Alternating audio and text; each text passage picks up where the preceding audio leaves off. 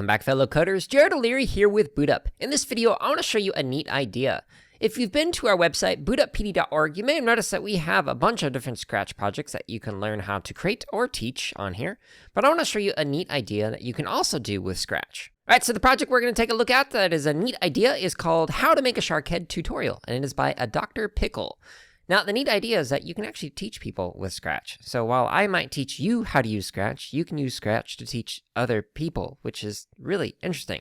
So in this instance, we are teaching people how to draw a shark's head. So you press the start button, and it says, all right, first step is to draw an upwards diagonal line, then draw another line that is connected to that line, make a diagonal downwards.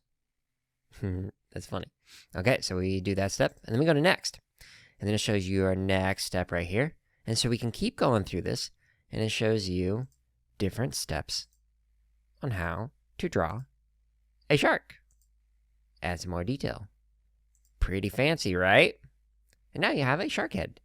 So if you are creating a project in Scratch, maybe think about something that you could teach other people by creating your own project in Scratch. If you got a neat idea that you'd like to share, make sure you comment below so we can take a look at it.